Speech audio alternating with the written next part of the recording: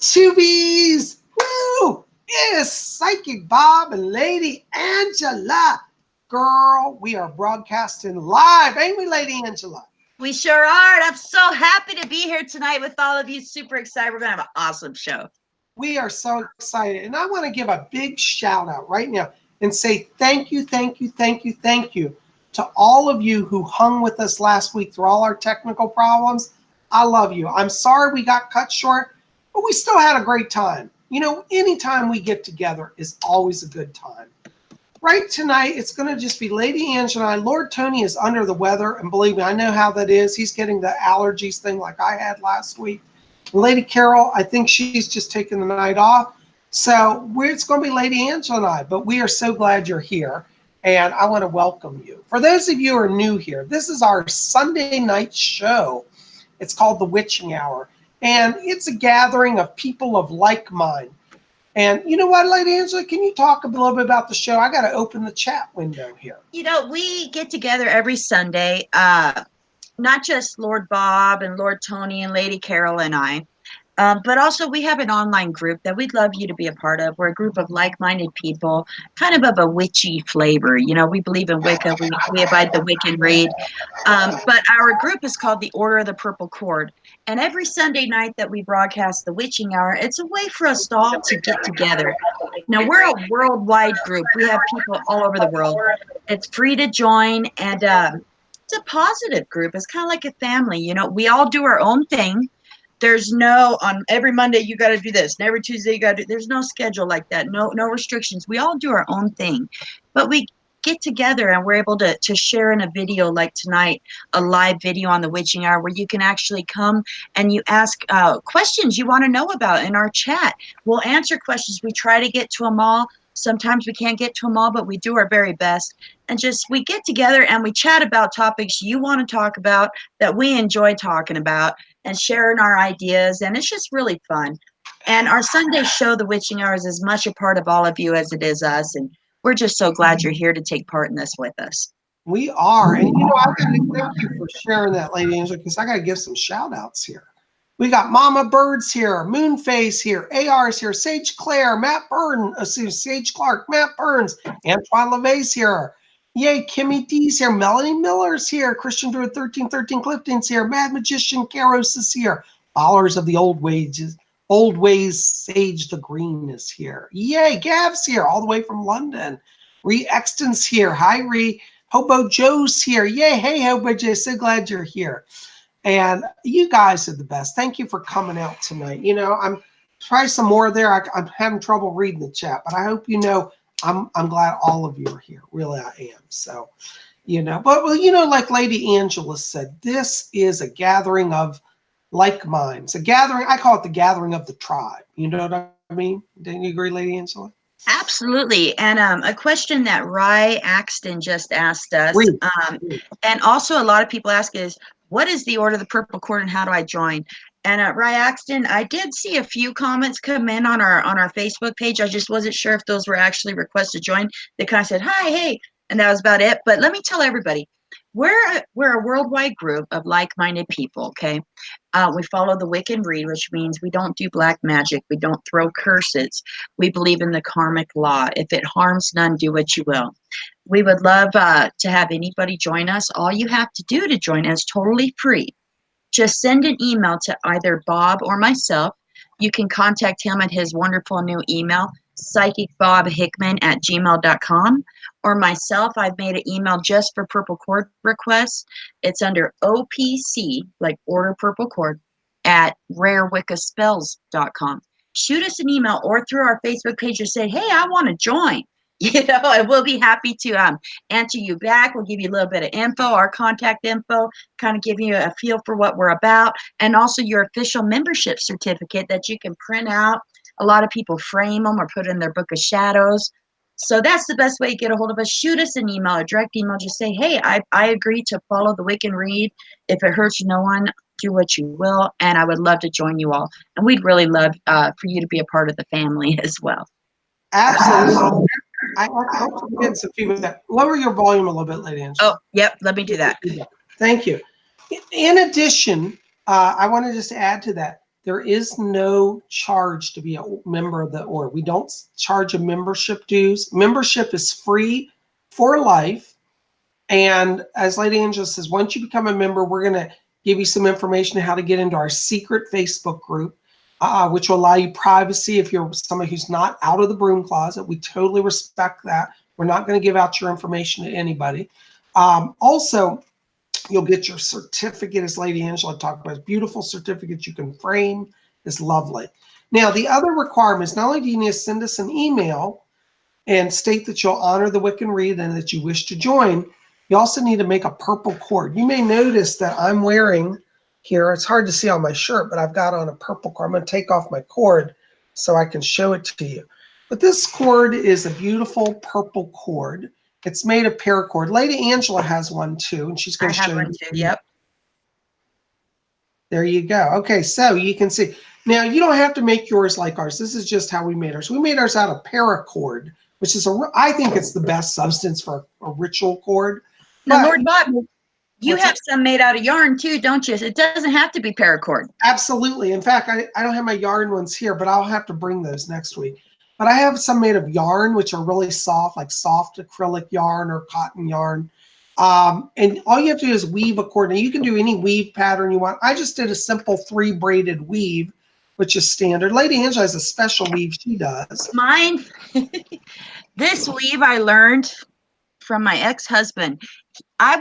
The water hose, I would leap it in a big old pile, and he'd say, that's not how, or not the water hose, but the extension cords. I'd leave them in a great big pile on the ground, and it would drive him and my grandpa nuts. They both did this method, and I could kind of demonstrate a little bit.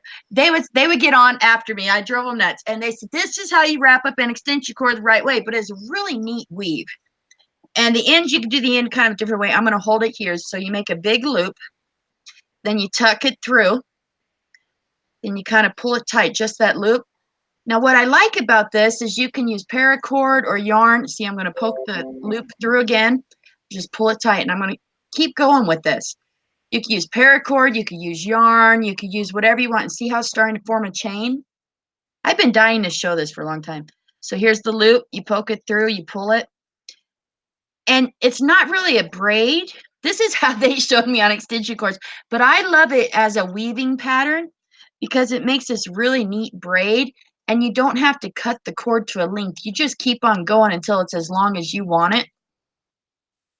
So mine I did with paracord, and I made this great big long one that I could tie as a belt or tie around my neck. But here's in large form an example of how I did that.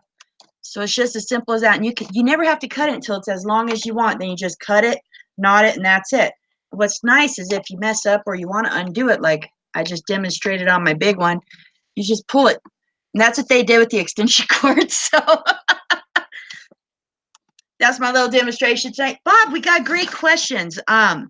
Is it okay to go into some questions? Yeah, I was about to look at the questions here. Yeah, go ahead, hon. Okay, I have 2 wrote down so far. We got Antoine Levy asked a great question. They asked, what do we do in Summerland? Which brings up the topic of what is Summerland? All right. Well, Antoine, Antoine's one of our new members here. Antoine, welcome. I'm so glad you're here.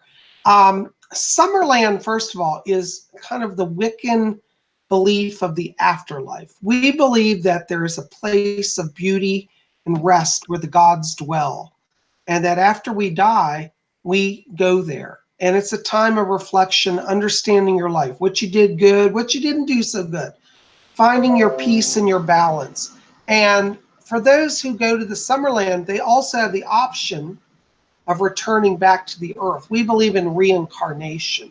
And Antoine, I just want to follow in. You asked me a question the other day. You sent me a letter. And you said, do Wiccans believe in God? And the answer is yes. Unlike some groups like, the Satanists, we have a faith in a God, a higher power. We believe in a God and a goddess. So we believe in the Horned Lord and the Moon Goddess. That's traditional, but really the God and the goddess can take many forms. And we encounter those forms in the Summerland. So when you die, you go to a place of rest, renewal, and peace. Does that sum it up, Lady Angela?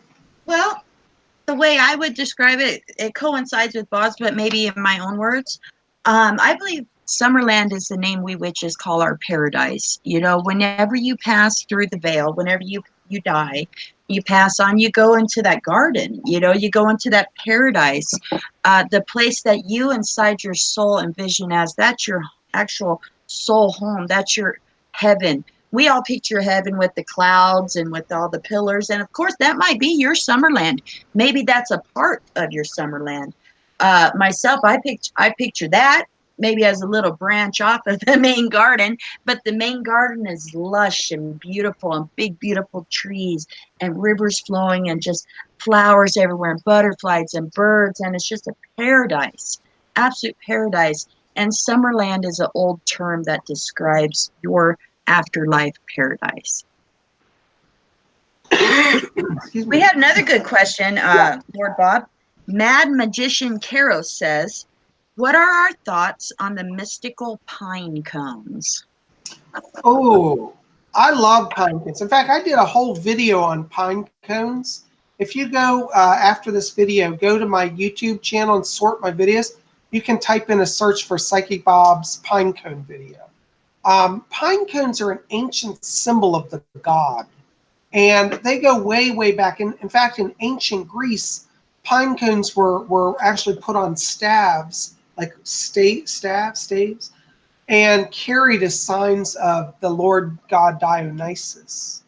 And so pine cones are a symbol of the fertility aspect of the god. As the pine cone falls, it opens and its seeds go into the earth and new trees come from it. So it's a god aspect thing. Pine cones are also many times hung in pagan homes as a symbol of the god, but also a sign of protection because the god is a protector. So if you have a doorway area, you could hang a pine cone near it or on the wall or above the door, also as a sign of protection. Absolutely. And you know, in herbalism, pine trees and pine cones are very, very sacred to the gods. In fact, some books I've read describe a very sacred circle or very sacred space as being defined by being encircled by pine trees. And just that the smell or scent of pine, whether it's an incense or an oil or pine cones or bits of branches around, it's very sacred to the gods. And so they show honor and favor to that. So it's a wonderful thing to have in your sacred space or in your home. I love that. Thank you, Lady Nisha. I didn't know about the circle of pine trees. That's something new for me. Ponderous Prose, I'm sorry, I don't understand what's going on. We're trying to answer questions. They were referencing a few months ago. I remember this question a few months ago, and it had to do with when a bird, I'm not sure which kind of bird. Let me go back up here. Okay, he said that this was not the question he asked. So, Ponderous Prose, if you have a question, we'll be happy to answer it. The thing is, you should know is what happens when we do our show live. We got hundreds of people coming in the chat at one time. So sometimes we can't answer every question. It's not we want to ignore anybody. We just can't physically follow it. If you ever do broadcasting, you'll understand. It's hard to read it. It's like a teleprompter going while we're talking. So if we've ignored your question, I promise you, not intentional, truly accidental, okay? So we'd love to hear from you. If you have a question, we'll be glad to look at it, okay? Thank you for your understanding. They had asked a question a few months ago having to do with if a bird flew into their window and died, if it was a symbol of death, something like that. And they were avoiding going in the snow because they were afraid of birds hitting the window or something to that effect. I'm not sure. They were unhappy with it as it being an omen. Okay, well, they said that was not their question. So okay. I'm confused. So we'll take whatever question you got, okay? Anyways, so thank you for understanding. Anyways, thank you, Kimmy. Kimmy D says we're doing a wonderful job on our show. We thank you, and we're glad you're here. And I just saw Lady Carol is in the chat. Yeah. Hi, Lady Carol. There you are. We tried to get you on. I don't know if you got our notice tonight, but hopefully you're okay in the chat. Right. I had some show and tell tonight. I went to my favorite rock store, and I got a couple pieces. Well, I got this piece, which is a beautiful crystal orb. And I was surprised when she told me it was made from polished calcite.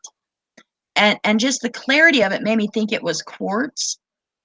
And I've gotten several other pieces of calcite from her, and I had one to show you here in contrast. Here's a beautiful blue piece of calcite. You know, it's nowhere near as clear as this polished orb. So when I found that, I absolutely fell in love with it. And that's a new little piece that I have that I'm really excited about. Thought I'd show that. And I got this large, check out this huge piece of quartz. Lord Bob, maybe you'll recognize these little black flecks that are inside of it. I don't know what they are, and neither did the gal who I bought it from. It has these beautiful, trying to show you, black flecks. It's not black tourmaline because it looks more like a black flake, like a really thin black flake. But the rest of it is just as clear as can be. And I was just so drawn to it. You know, that might be, those are beautiful. Those black flakes may be the beginnings of rutilations. There's a type of quartz called rutilated quartz where they draw on long strings. I wonder if it's the beginning of a rutilation. That would be cool. I'm not sure, but I just felt drawn to it, and I absolutely love it. Absolutely. And I don't know if you've ever seen, this is called, you know how this part of your nose here, whatever, or maybe it's up here, is called your septum? Yeah. Well, this is a kind of rock called a septarian. And I was reading in the description, and it talked about a time on Earth whenever the oceans dried, and that's this part of it. And so all the things in it dried and turned into this thick, coarse mud. Then the rain came again and washed in more life. See this line in between it? That looks really rich and like full of fossils, mineral stuff. So it got fertilized with plant life and animals again. Then when it dried again, it formed these crystals. So it's like separated by the septum, and it's called a septarian rock. I was so drawn to that. It's cool. That's beautiful. Oh my gosh, you got gemstones galore, girl. Right? Well, you know we witches are crazy about our tools of magic. You know, in the craft, rocks are magical, leaves are magical. Even just a stick off the ground can turn into a powerful tool as the magic wand. Right. I think it's wonderful. Followers of the old ways, Sage the Green says something really cool. They say, I did a spell for breaking creative blocks. Then all of a sudden I had 8 invocations just pour forth from me. That is very powerful. That is awesome. Lord Bob, whenever I was curious, this is a fun story. I know you've told me, and I think everybody would love it. Can you share with us the first time I pictured you meditating, and then the voice of Rose just coming forth all of a sudden? Did it startle you? What did it feel like? Well, let me tell you, this is a very good story. When what Lady Angela is referring to is when I'm a medium. So my special work is a psychic and a medium. You know, every witch has their talent. I channel spirits. And one of my spirits guides, her name is Rose. She's a wonderful spirit. She died during World War II. But you know what's interesting, Lady Angela, is I had been interested in channeling, but I was really scared of it, okay? I thought, ain't no way I'm going to let some spirit in my body and get possessed. That was my view at the time. Right. Of course, all of my spiritualists and Wiccan teachers said, channeling will happen when you're comfortable and you're ready for it. And they said, channeling is not a spirit possessing you. It's a sharing of energy. You give your energy that they can take your energy and then come through to manifest. Well, I still wasn't quite sure about this. But I used to hold every month at my home a seance circle. And I would gather people. It's literally like you see in the movies. We'd sit around a table and I would go into like, you know, trance, and a lot of times I'd get physical phenomena like voices materializing or the table levitating. So I was what was called a physical medium. And as part of the evening, I also do readings for people and give messages. But I was not doing trance channeling at that time. But I was curious about it. Well, anyways, I was sitting at this seance table one night, and I started getting really sleepy. And I was like, God, I'm just really tired. It was really dark in the room, so nobody could really kind of see that my eyes were closing. And I think I actually just like fell asleep for a little while. And I remember sitting there and I had my eyes closed and I felt so peaceful. And you know how you nod, like you kind of nod like that? Well, I nodded and jerked and I like came back. And when I came back, an hour had passed. People were sitting there and said, "Oh my God, Bob, that's amazing. We can't believe you did that." And I'm going, what? What? And they said, "You were in a trance and a spirit came through you." Well, this freaked me out. I was like, "Oh my God." Oh. And they said, "No, we got her on tape. And it's a lady named Rose." And I was like, "Oh my God." And so I heard the tapes. What was amazing is I was channeling and I didn't know it. Because a lot of times when you channel, you go unconscious. Nowadays, because I'm more understanding of the process, I'm like, the way I describe it when I do channeling, it's like I'm laying on the couch. Have you ever done this? You know, you're falling asleep on the sofa, watching a movie, and you're hearing the show in the background, but you don't really know what's going on, but you kind of know. Do you know what I'm talking about? Yep. Well, Dozing. yeah. And so that's what it's like when I channel, because nowadays I know it's happening, so I can kind of be a little more present. And I can sometimes hear snippets of what's coming through, but I don't really hear all of it. And I don't really know. When I come back, I just have a vague memory of a few words. But when the first time I did it, I didn't even have a vague memory. I had no knowledge. I was in a really deep trance. I think I was really tired. They took advantage of it. Well, I was so upset. I told my spirit guide, Fletcher, I said, no, what are you doing? How dare you? And he said, "No, Bob, it was an emergency situation. There was a soul trying to cross into the light, and we took advantage." He said, "We did kind of push it on you, but we knew you were ready for it." And that's how I started channeling. It wasn't really like I'd said, "I'm going to sit down and channel now." It just happened. But now that I understand it, you know, one of the things my spirit guide said, "Well, that wasn't painful." I said, "No, it didn't hurt you." I said, "No." He said, "Well, good. Now you can do it again." Like, oh, okay. And eventually I got used to it. Now I'm not afraid to channel, but I used to be really scared of it. Oh, I can believe it. Kimmy D asked a great question kind of along these lines, Lord Bob, and I'd love to hear what you have as an answer for her. She says, "I have a question. I've heard on YouTube that some are saying our crystals can become portals. I hope not, because I have a nice collection of gemstones and crystals." I can agree with that, Kimmy, and I feel you. I'm dying to know what Lord Bob says to that. Oh, wow. Well, let me tell you this. Your crystals can only become portals if you choose to use them in that way. Spirits aren't going to be able to just tap into any crystal. A portal is generally created with conscious effort between a magic worker and the spirit realm. So this idea of portals just randomly opening, it doesn't really happen. When I've gone into haunted houses that have had portals, a lot of times I'll walk in and I'll say, "Okay, somebody's been playing with the Ouija board." And usually it's the teenagers and they've opened a portal in the house. Sometimes they open it. I've had teenagers, and I'm not picking on all teenagers, but this does seem to be a problem. They'll use their mirror. They'll watch an episode of Charmed. You know, there's some episodes of Charm where teenagers bring spirits through their mirror, and they do that, and then they find out it really works. They can open a portal. It really is. So you have to consciously choose to open a portal. So your crystals will not become portals unless you choose them. Now, I have a black crystal, an obsidian scrying ball. That is a portal because I use it to facilitate communication with spirit world. But that's because I've chosen it, and I open it and I close it. But your crystals will not become portals. Don't worry about that. That's a great answer for a great question, Lord Bob. No, Ryan, speaking of portals and communicating with spirits on the other side, Ryan Exton asks, quick question, what are your thoughts on the ghost box? Have you used one? I asked because in yesterday's video, one of the spirits you channeled mentioned it and said that soon new technology is coming. Oh, yeah.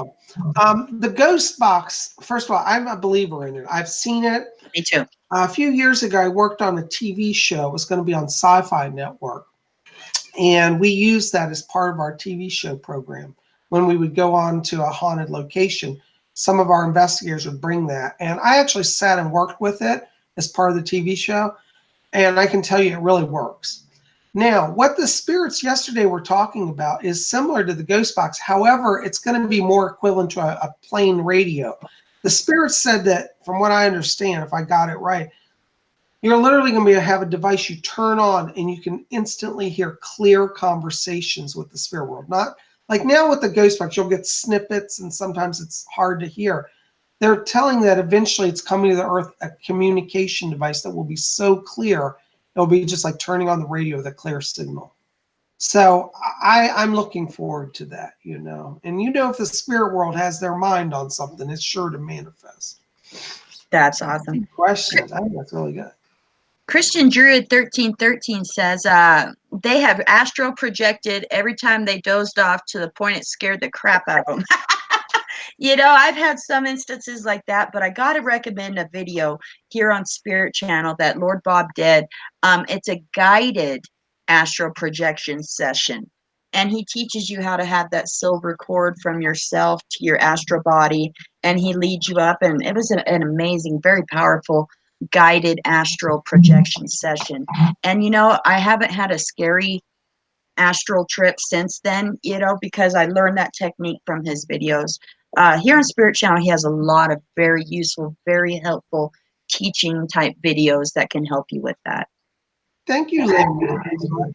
Yeah, you know, connecting in the right way to the spirit world is very, very important for your journey. And yes, it's true. I do try to put out a lot of teaching videos. And for those of you who are new here, you know, if you're interested in, you know, spiritualism and seances, we have our Saturday show, which is Psychic Bob's Spiritualist Class and Seance. We had that yesterday. So if you haven't seen that, definitely check that out. That's in the queue right before this video.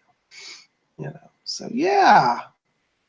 Amy Johnson asks a great question. She says, do you always have to do a circle at all times when doing spells? I'd like to say no, it's not 100% every time necessary. Little quick chants or spells that we do don't always require that. However, if you do say even a quick little circle chant or a sacred space calling, it will definitely have a strong impact on your magic and its successfulness and the power raised. That's the best thing about it is we don't always have to cast a circle, but it does draw from the energies around us and create a circle of power that manifests the workings that we're doing. So no, it's not always required or necessary, but you will have better results if you do.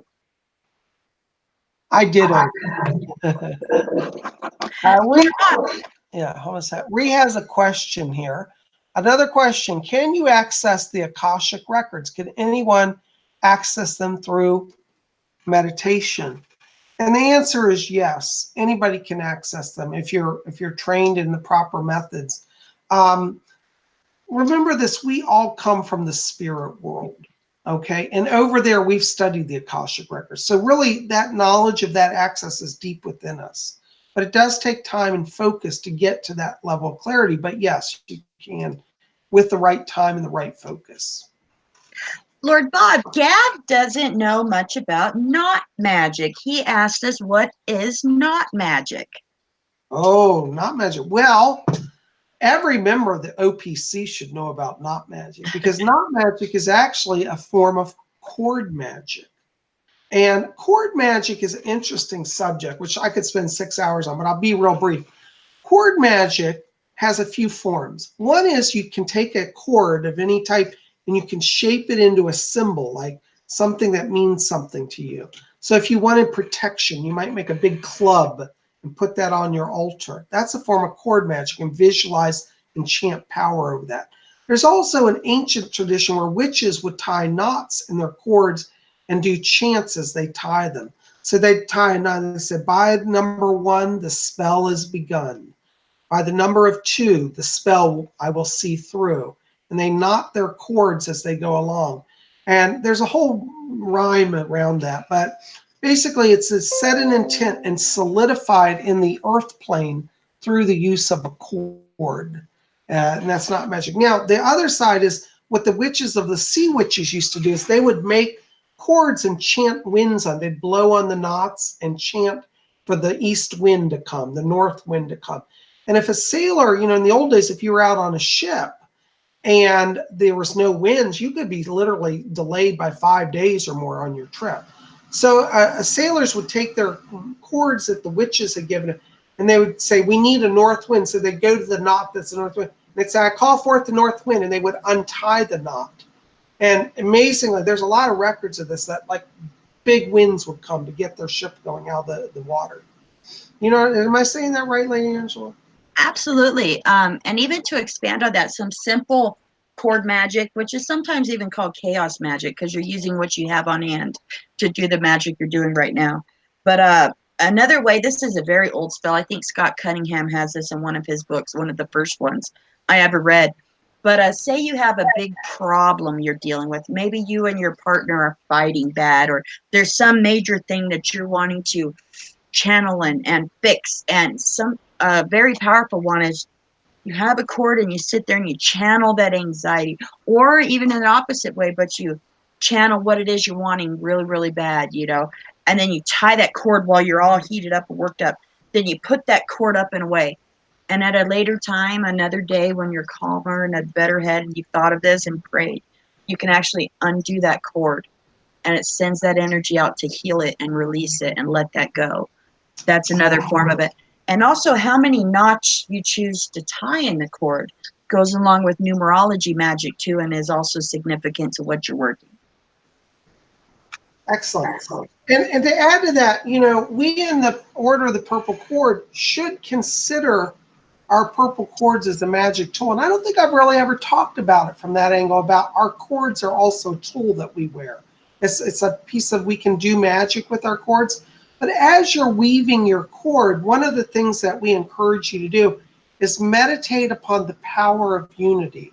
Like visualize yourself with the order. You're connecting to us. Our power is growing together. And it will cement you psychically and spiritually to unite with us. So all of the like little braids and ties in our cords are symbols of our unity and our power. And you can also use this as a ritual device as well. Absolutely. Christian Druid, Dragon Rising, and Moon Fae have some talk going on about Palo Santo wood. And Maria Zarate answers this beautifully. They ask, what is Palo Santo wood used for? She says that it's used to count down. I think she means calm down, but to count down energies and close any portals that are open for no bad vibrations or evil spirits to get through. Only the good ones and good vibrations. I think that's worded well. In fact, I have bottles and jars, you know, on my front porch, and in one spot I have it's a Santa Fe style, has little jars in it so that any spirits that come around, they get distracted by the jars, but sticking out of them I have little bits of Palo Santo wood, because it will repel any bad energies. It only lets the good through. It's very good, and you can burn it. It's very good for like exercising an area, purifying it, and running off specifically any bad energies, spirits, or vibrations. That's beautiful. I'm not that familiar with Palo Santo wood, so that's something I'm going to explore myself. So thank you for sharing that. Yeah. I'm just saying we got a bunch of questions. Hold on. I can't see the screen here, so bear with me, guys. Okay, Antoine LeVay asks, how do we get over anxiety? You know, Antoine, that's a very good question. And I think you have to understand anxiety from a few different angles. Sometimes anxiety is a medical condition that requires medical intervention, like working with a doctor. So if you're having a severe case of that, or somebody that you know has that, it's a good thing to maybe visit a doctor to start with some evaluation of what's producing that. Now, I can also tell you, I'm a big believer in what we call behavioral or cognitive therapy for anxiety, because anxiety many times has triggers. And a behavioral therapist, and I've worked with a behavioral therapist, I used to have an anxiety condition, taught me what my triggers were. And now I know what my triggers are. So I don't have it because I found out what triggers that you know, a lot of times there are triggers for anxiety, you don't even know what they are. But a therapist can help you go through an evaluation. So I think it's good to work with a medical person to start with that. Now, in adjunct to that, you know, we in the craft have a lot of things that we use also that help from a natural perspective. One of the things that many people find is that working with natural herbal teas, such as chamomile tea or a mint tea, are actually very soothing and do help slow down some of the nervous system in the body. We also do rituals and spells so that we can unite with our gods. And you know, many times if we can learn to connect with our deities and share our struggles, we're not so alone because the gods love us and support us. And this is also a reason why we create the Order of the Purple Cord, so that people can share their journey together. And that gives us strength and helps take away our fear as well. Lady Angela, you want to add something to that? Absolutely. I prescribe to a lot of those. I struggle with anxiety too. In the beginning, when I realized there was a problem, I had therapy, and then you take meds, and also teas. Soaking in a bath is a wonderful way. Cleansing your home with incense. Anytime I clean my house, I also run incense through it, so I always have the good energies there. Opening a window and letting the stagnant energies out helps a lot. But drinking teas really are cleansing and helpful and pure. I do a lot of that. And soaking in baths, meditation is a beautiful way. Working in your garden helps, to clear your mind too, and helps with the anxiety. But also severe anxiety, sometimes the medicines do help from a doctor. Yeah, and you know, one of the things also is I think that, you know, good grounding every day, sitting down, doing some meditation, shielding yourself. A lot of people in the chat are saying they're empaths and that being an empath gives them anxiety. And I can relate to that as well. And if you visualize, this is just one visualization, but if you visualize white light surrounding you on all sides, like a bubble or a column of light, that will help shield you so you're not absorbing all that energy from all the chaos around you as well. And Lady Angela, black tourmaline makes a very good crystal to wear as well for people with anxiety, doesn't it? Absolutely. It helps protect your heart, and it helps protect your emotions from that energy around you.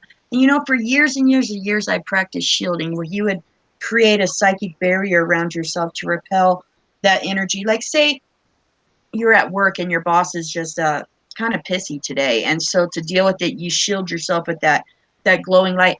I started after a while starting to have trouble with that, and I actually took advice from Lord Tony, who said instead of the white glowing light, when he's trying to repel energies, like say your boss is in a bad mood, as an example, instead of that white light, he envisions himself as a porcupine, as a psychic porcupine with the quills out. And I've actually tried that before, and it works extremely well. So if you know that you're in that area and you want to prevent that from getting to you, because as empaths, we seem to absorb other people's emotions and make their problems ours and try to help them and everything. We can't always help everybody. We don't have to always help everybody. You do your best. Sometimes people have to deal with stuff, but we absorb that energy and it hurts us. And so if the white glowing light doesn't help you, try the porcupine method. It actually works quite well. Absolutely. I think that's wonderful. Very good. Very good. Oh, here's Christine C. here. Darling, good to see you. Hey, Ashley McKenzie's here. And good to see you. Yeah. Okay. She's answering Christian Druid. Yeah. But Ashley, I got to tell you, I don't remember if I talked to you about this, but black tourmaline is a wonderful stone. And Christine C., I think that's good for you as well. So black tourmaline, I'm a big believer in it. I can just say I've tried it and it works. What's that other stone Lord Tony talks about? Shungite. Yep, it's for grounding. Absolutely. Yeah, so that's another stone you might want to check out. So Black yeah. tourmaline for sure. I have some on rarewiccaspells.com, but you could find them all over the internet. And just a black tourmaline stone that's on a cord or on a chain that you can wear every day. I've done this before in the past at work environments where whatever, there was issues. We all have stress sometimes from a negative work environment. And so being an empath, it hurt me, and I would always feel like I'm on eggshells and just scattered because of that. I got myself a black tourmaline necklace, and I would wear it every day. I would take it off to sleep, and in the morning when I was brushing my teeth and stuff, I would rinse it under the water. You know, the cold water, hot water, doesn't matter. But you have to rinse off that black tourmaline. If you're wearing it to protect you from a pretty crazy situation, you want to rinse it off at least once a day. And then you can wear it because it absorbs that energy. You're still going to feel some stuff, but not as hard as you would otherwise. It makes you stronger. But do rinse it off because it is very powerful and it does absorb that, and you want to cleanse it. Trish Romana asked an interesting question. She says, is anxiety a real thing, or is it just another man-made illness? Well, I have to tell you, from my experience, it's a real thing, because they have proven an actual physical body chemistry reaction that can trigger it. And many bodies react physically to the medicine that they give to and reduce it. So in my opinion, it's a real thing. I don't think it's just created. I think it is real. Lavid Sky mentions, they say, I think black kyanite is so underrated. I'd have to look it up. I don't have a piece of black kyanite. Lord Bob, are you familiar with black kyanite? No, but I'm interested in seeing about that, because I know blue kyanite, and I've had wonderful experiences with blue kyanite. So black kyanite sounds fascinating. Right. I'm going to write that down so I can look it up after the video. Yeah, don't let me forget that. Right, because y'all know I'm a rock hound. Back to rocks. Can I show and tell 2 more? Oh, please. We love your stones. So, at the rock store, which is Colorado Crystal Curio is her name. These are quartz, and it has some kind of a coating. I don't know if she said lead or lithium coating or what, but they're kind of like see how they're kind of like cloudy? But yet here was a twin pointed one, and it's a big old shard crystal, and I just love it. And this one is of the same material, and it's a triple point. And that's just, and they really have a calming effect, I find. I actually have a setup in my bathroom with some nice crystals, and I have these on it for when I take a bath. You know, it sends out the calming energy naturally. I don't have to be staring at the crystals for that energy, but they naturally vibrate that into the room that they're in, you know, and your subconscious knows they're there, and you pick up and channel that energy. So I love crystals. You know, that triple reminds me of like the triple goddess. Oh, yes, absolutely. And there's a lot of lunar energy in those stones. Absolutely. I just love them. Thank you for sharing that. That's beautiful. Oh, I love it. I love it. I love it. Chilled Fox says, one of my favorite crystals is selenite. Beautiful energy on its own. And Lady Angela, you and I both are crazy about selenite, aren't we? Yes. You know, I envision, and I've read that the pillars in heaven are made of selenite crystals, and it's very powerful for channeling angels, especially. Gav said that his favorite stone is lapis lazuli. Mm-hmm. I love the deep blue and gold pyrite flecks. Gorgeous. Yeah, I love that stone as well. In fact, lapis is the stone of the god Horus, I believe. That's a sacred stone. And the goddess Isis. And all Egyptian goddesses. That's true. Yes. As well as amber. I have a necklace here that I brought from just a regular guy who comes into my store, and he got a hold of some amber, real amber, and he busted it down, and he actually hand wrapped this. And I got this lovely piece of amber, which is also favored by the Egyptians, gods and goddesses, along with lapis. A wonderful complement, a very powerful stone. And not only just a stone, but also a fossil. Because sometimes you can see bits and bugs and things in it. It's petrified tree sap. It's a really special thing. I just love amber. Beautiful. Amber carries a lot of solar energy in it, doesn't it? Oh, yes. I have some large. I have a larger piece here that has some of the bits and bugs in it. Christine C. said, I haven't met a gem or stone I didn't like. Right. Especially diamonds. Oh, I love diamonds. I'm in my dream. But you know, Psychic Bob, he ain't so rich, so I buy zirconias. But you know, I love my zirconias. Nice, I do. I love them. I got my bling. You know what I want? Aquamarine as well. Oh my gosh, what is that one? This is a large amber, and it actually has a petrified bug in it. You see there? Poor thing, he had a bad day and it never ended. But it's just so powerful, you know. That could be a bug that was crawling in Egypt. You know, you never know. Well, yeah, because it could be it's usually thousands of years old by the time it solidifies. Right. Amazing. Isn't that amazing? I love that. Oh, hi, Nigella from me. Sarah, hello, darling. Are there any crystals that help with a broken heart? I don't mean from romance, but for other reasons. Ooh, well, you know, I was about to say rose quartz heals the emotional self from any trauma, whether it's love or even just disappointment with other people or, you know, failure in areas, you know, that you feel like you're being beaten up on. Okay. There's Gab. Hi, Gab. What's the Gab say? Ha, Bob. Ha, ha. Oh. Ha. Okay. I tell you, you know, I don't drink hardly ever, and I'm not drinking today, but I tell you, when I get with the OPC, I feel like I've been drinking some of that funny juice and gin, you know. I have such a good time. Oh, Moldavite. Yeah, Sin's talking about Moldavite. Sin 1982. I have a Moldavite Selena Sorensen. It's very powerful. Moldavite's a very mystical stone. You know, that comes from out in space. It's part of stones that have come to Earth from this outer space. Nice. So it's believed to have very strong alien and otherworldly connections. So I love it, you know. I have a friend who carries a Moldavite with him, and he sees aliens, literally. And he's not crazy. He truly, it opens something in him. He can see aliens who's on Earth, you know. Because as I've said, you know, we've got aliens on Earth already. But it takes a special knowledge to know who they are, you know, because they look just like us. The Palladians do, at least, you know. Magical Mermaid asks, can an insect be a familiar? I'm going to go grab my favorite rock while you answer that, Lord Bob. Okay. You know, absolutely, yes. Any living creature that has a consciousness, and insects have a consciousness. They can see, they feel emotion, they eat, they sleep.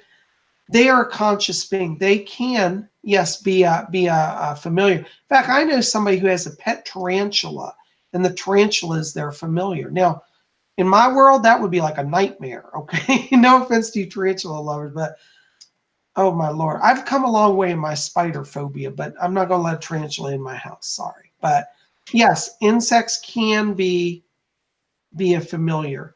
Actually, tarantula is not an insect. Tarantula is an arachnid. So anybody's watching, you know that I missed that one. Okay. So yeah, no, they can be.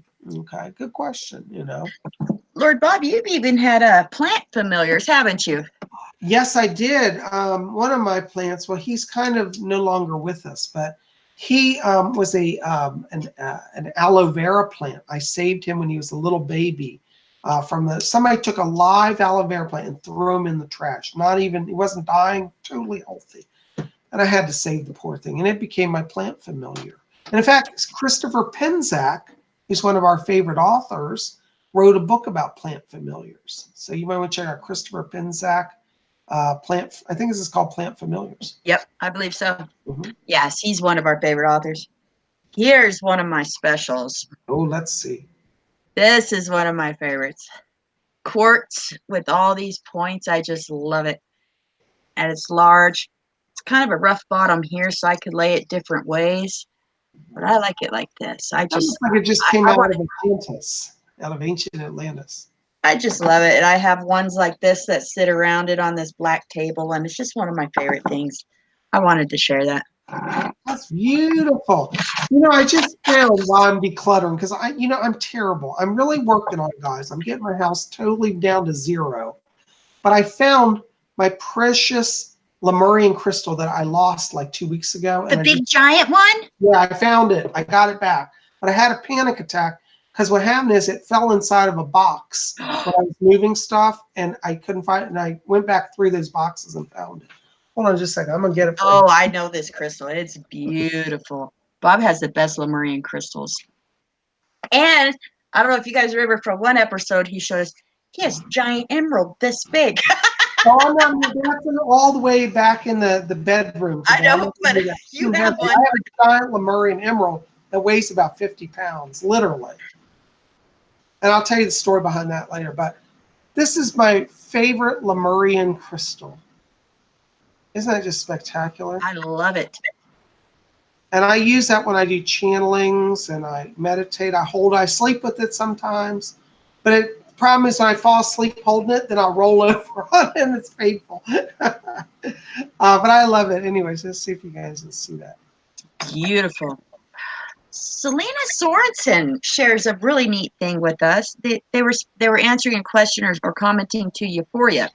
They said, I've done a spell where I used a tiger's eye, and when I was done, the stone changed in color, and the local geologist can't identify it, and that it weighs as light as a shell now.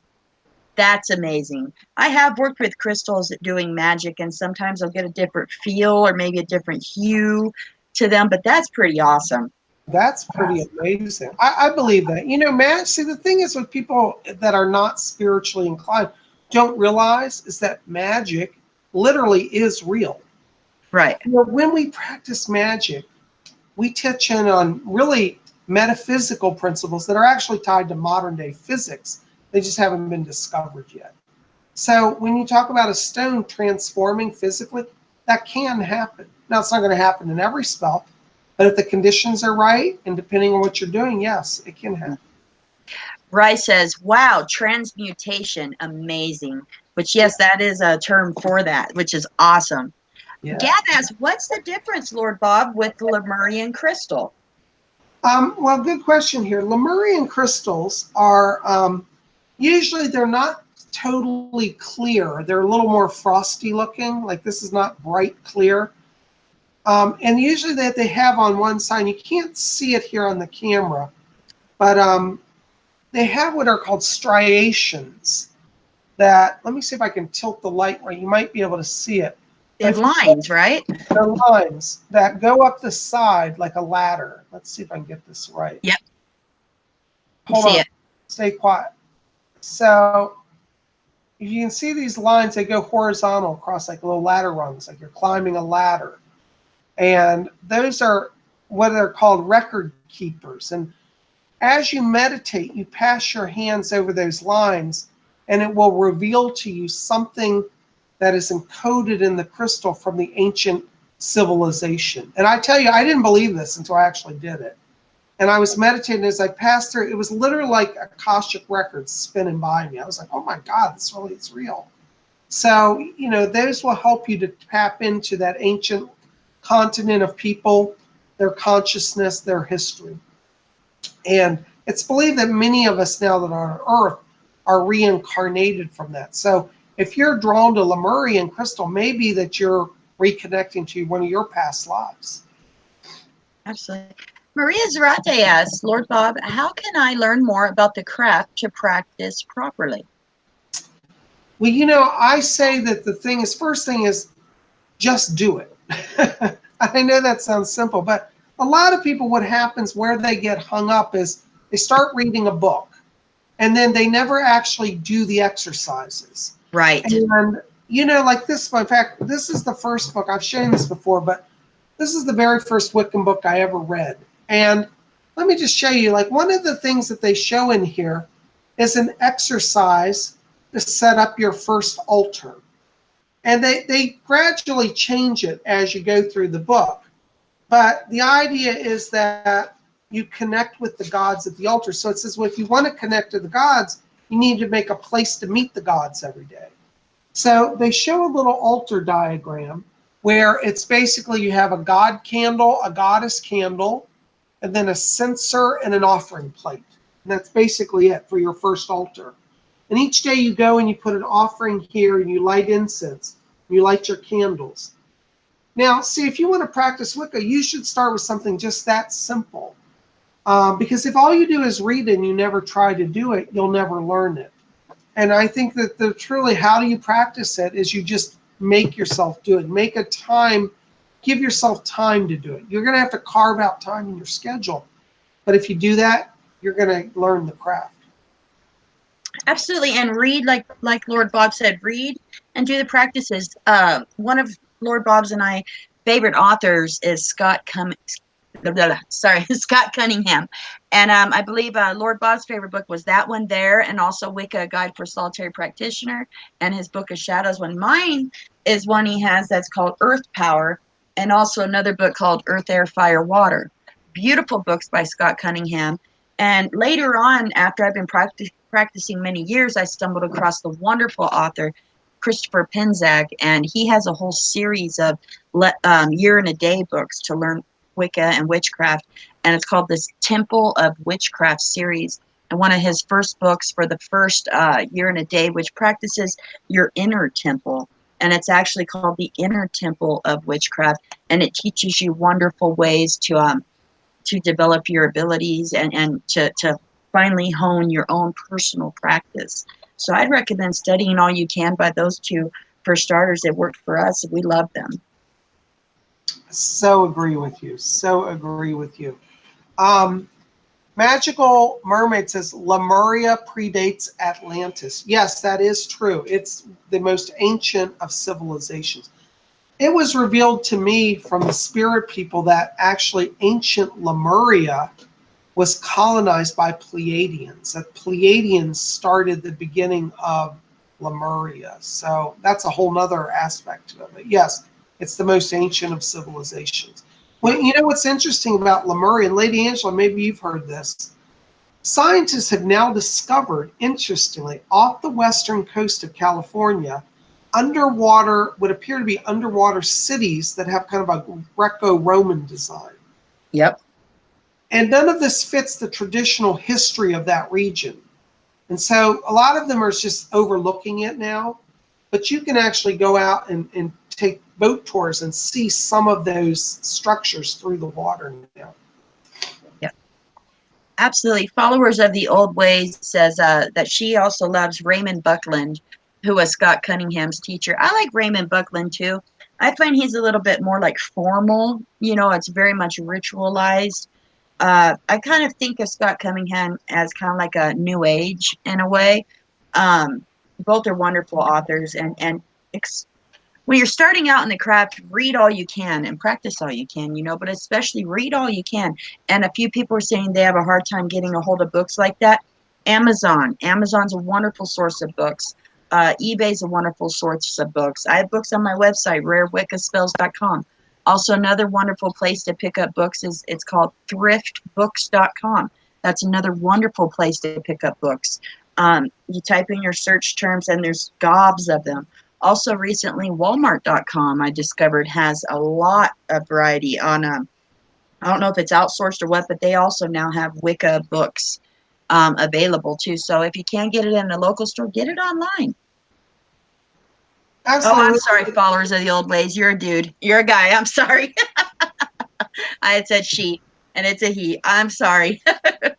Thank you. You know, one of the things also that I think is important with getting into the craft is get a chart. Lady Angela sells her Wheel of the Year chart. Don't you? You still sell that, Yep, don't you? yep. Poster like the, okay, for your Yep. book of shadows. You can either frame it or put in your book of shadows. I'd advise getting two, because you should have one on your wall you can look at every day, and keep one in your book of shadows. I have two. I think I have three or four because I love it so much. I put them in different rooms. I love it so much. But part of the craft is knowing the energies of where we are. You know, we just recently celebrated our belting ritual, and in June we'll be coming up on Litha, which is the summer solstice. Mm-hmm. So as you start to study and practice, you want to walk through the Wheel of the Year and know the mythology and the story of what is happening in the earth and with the Lord and the Lady. That, to me, understanding the Wheel of the Year opened up a whole range of mysteries that really gave me such an in-depth appreciation of the craft. Yep, absolutely. Lord Bob, for I think it was either Christmas or my birthday, he gifted me this tapestry that he has that I'm bonkers for. You can find it online too. It's a large tapestry of the Wheel of the Year. And each section, it's an 8-spoked wheel, and each section, it shows an image of whatever the Sabbath represents. You know, it shows the turning of the wheel, how the sun goes around and the seasons change. And it has the names of each holiday. It has symbolism on there. It's just really amazing. I have it posted in my hallway there, and I just love it and I adore it. And it helps me to look, and it reminds me of, you know, the turning of the year. And it's a great part of us. Absolutely. My goodness, Bob, I just glanced at the time. I just did too. I said, oh my God, we ran a full hour. You know, we're having such a good time. Right? I'm so happy I was with you guys tonight. You know, I felt so upset whenever I wasn't able to connect all those other nights. I was sitting there and chomping at the bit to be in the show, and I had so much to say and answer and share, but I wasn't on the show, and it sucked. And it was just technical difficulties. We figured out a backdoor way around it. I'm so happy to be here and to take part with you guys. And even if I'm not on the show, you're in my heart, and I'm still with you, whether I'm in the chat or I'm watching. And I just really feel honored to be here and take part and interact with all of you. Thank you for having me. Yes, thank you. We appreciate you being here. And, you know, we're still working out our technical issues, but not to worry. We're committed to getting this show out each week. And I want to thank all of you for taking the wonderful time out of your Sunday to be with us. It means a lot, especially for those of you like Gav and those of you over in Europe. You know, I know it's like midnight, 1 a.m. there, and we really appreciate it. You stay up that late that you enjoy it this much, and it makes it worth it for us to know that you enjoy it enough to do that. So thank you. And for all of you, wherever you are, thank you for your time. Well, anyways, guys, we're going to get ready and sign off here. But before we go, just want to remind you, each of us here are here to help you with your craft. Lord Tony's not with us tonight, but I have a link in the front. You can go and visit his website and contact him if you want some spiritual healing. Wonderful. Make sure to give him a nice donation, though, okay? Because he works awful hard. And we got Lady Carol in our chat, who's also wonderful, got an eBay store. I've got a link to her in the front page where you can contact her and buy some wonderful magical wands. She's making beautiful stuff. And then we got Lady Angela, who's here, yay, with Rare Wicca Spells. Why don't you tell us about your shop? I have a wonderful witchy website. It's called rarewiccaspells.com. Bob's got the link below. I sell a variety of items. I have books. I have ritual tools. I have daggers. I have knives. I have chalices. I have ritual bowls. I have herbs, incense, candles. And I also, one of the things I love making and sharing is spell pages and ritual pages. I have those on there. Those don't cost a lot, you know, for a single page. Or I also have where you can get a whole series. And also, I have where if you would like me to make you your very own custom book of shadows, I do that as well. I also have a variety of how-to books and other books if you're into dream interpretation or Reiki or runes or different psychic topics or witchy topics. I have a whole variety of those as well. Wall art. I have all sorts of stuff. Take a peek. rarewiccaspells.com. And for being a subscriber of Spirit Channel, use coupon code Spirit Channel every time you come and shop and save 10% every single time. I got all the kinks ironed out and it's good to go, ready to go. And I'd love to see you there. And some new items I have is some altar kits, full custom handmade boxes, cedar chests that are filled full of ritual tools. I can't even count how many tools are in there, but it's a whole complete set. It's right there on my front page. Take a peek at that too. Let me know what you think. I'd love to hear from you. rarewiccaspells.com. And you know, thank you for offering. I'm getting feedback. You hear my feedback? Lower your volume just a little bit. Okay. I want to tell Lady Angela, thank you so much for her wonderful support of my channel here by giving a discount to my subscribers. And if you're new and watching, you might want to join Spirit Channel so you can get those promos. So hit that subscribe button, hit that bell. And, you know, for those of you who are new here, or maybe you're not new, I am a full-time professional psychic medium. And if you would like to contact me for a private reading, I know a number of you in chat have had sittings with me, sessions with me. My private readings, it's you and me one-on-one for a full hour. So if you've ever wanted to have a full hour with Psychic Bob, sit down and look at your whole soul journey, answer all your questions, connect with your spirit guides, learn about your past lives, and get all those questions that you have answered, you might want to spend some time with me. And I would love the chance to read for you. I still think I have some openings for this upcoming week. We're getting full, but definitely contact us. We'll get you in somewhere. But if you want to connect with me, give me a phone call. It's the easiest way to reach me. 703, this is my phone number. Put it in your cell phone. Put this down, write this down, program it in your phone, okay? Keep it with you. 703-825-3929. That's my phone number. Or you can write to me at my brand new email, which I'm so proud of, PsychicBobHickman@gmail.com. Those links will all be below. And I would love to connect with you. So look me up. By the way, I also have over at my website, PsychicBob.com is my website. You can pick up my books. I am a published author of several books, and many of you have read my books. You seem to really enjoy them. We got Ouija Mysteries, the Spirit Board Seances, Psychic Bob's Book of Spells, Psychic Bob's Book of Wiccan Wisdom, and Messages from Rose. And I have a few others, but those are the ones on my table here. Check that out. Now, also, if you go to Lady Angela's, I have a set of special spells that are exclusive.